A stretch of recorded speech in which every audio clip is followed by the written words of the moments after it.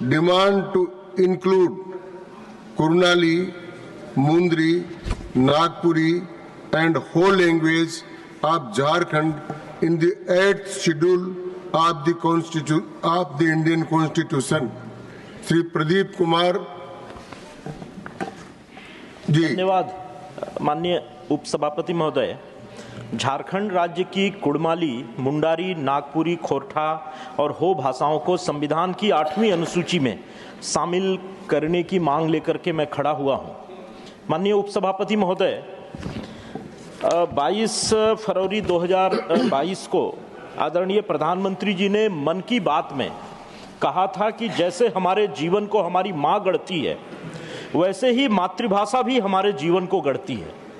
आज़ादी के 75 साल बाद भी कुछ लोग ऐसे मानसिक द्वंद्व में जी रहे हैं जिसके कारण उन्हें अपनी भाषा, अपने पहनावे, अपने खान पान को लेकर एक संकोच होता है, जबकि विश्व में कहीं और ऐसा नहीं है।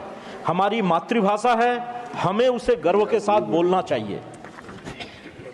माननीय उपसभापति महोदय, मैं आपके माध्यम से सरकार का ध्यान झारखंड राज्य की समृद्ध भाषाई एवं सांस्कृतिक धरोहर की ओर आकर्षित करना चाहता हूं। झारखंड में कुड़माली, खोरठा, मुंडारी, नागपुरी और हो जैसी महत्वपूर्ण भाषाएं बोली जाती हैं, जो न केवल लाखों लोगों की मातृभाषा है, बल्कि उनकी सांस्कृतिक, सामाजिक और ऐतिहासिक पहचान भी है। भगवान बिरसा मुंडा के आंदोलन उलगुलान की भाषा भी मुंडारी थी, जिसकी अपनी समृद्ध ऐतिहासिक पृष्ठभूमि रही है। यह भाषा मुंडा समुदाय की पहचान है, जिनका झारखंड के इतिहास और संस्कृति के विकास में महत्वपूर्ण योगदान रहा है। हो भाषा सिंहभूम क्षेत्र में विशेष रूप से बोली जाती है और इसके बोलने वाले हो जनजाति के लोग बड़ी संख्या में हैं। इसी तरह कुड़माली भाषा का संबंध बंगाल एवं झारखंड के राढ़ सिविलाइजेशन से है। कुड़माली भाषा झारखंड, पश्चिम बंगाल और उड़ीसा के कुड़मी समुदाय द्वारा बोली जाती है। इसका साहित्यिक और सांस्कृतिक महत्व भी अत्यधिक है।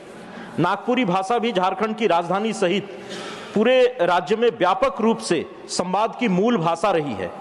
नई शिक्षा नीति के तहत भी स्थानीय भाषाओं का स्कूली शिक्षा में प्रयोग व्यापक रूप से हो, ऐसा आग्रह किया गया है। इन भाषाओं को संविधान की 8वीं अनुसूची में शामिल न किए जाने से इनका उस स्तर पर प्रयोग नहीं हो पाता है जितना होना चाहिए। इन भाषाओं के संरक्षण, संवर्धन और शिक्षण में कई बाधाएं उत्पन्न होती हैं। कुड़माली, मुंडारी, खोरठा और हो भाषाओं को संविधान की 8वीं अनुसूची में शामिल किया जाए। इन भाषाओं के संरक्षण, संवर्धन, विकास एवं अध्ययन हेतु केंद्र एवं राज्य सरकार द्वारा विशेष योजना और अनुदान प्रदान किए जाएं, जिनका इसका विकास हो सके। अतः मैं आपके माध्यम से सरकार से आग्रह करता हूं कि इन भाषाओं को संविधान की 8वीं अनुसूची में शामिल किया जाए। धन्यवाद प्रदीप जी। श्रीमती दर्शना सिंह।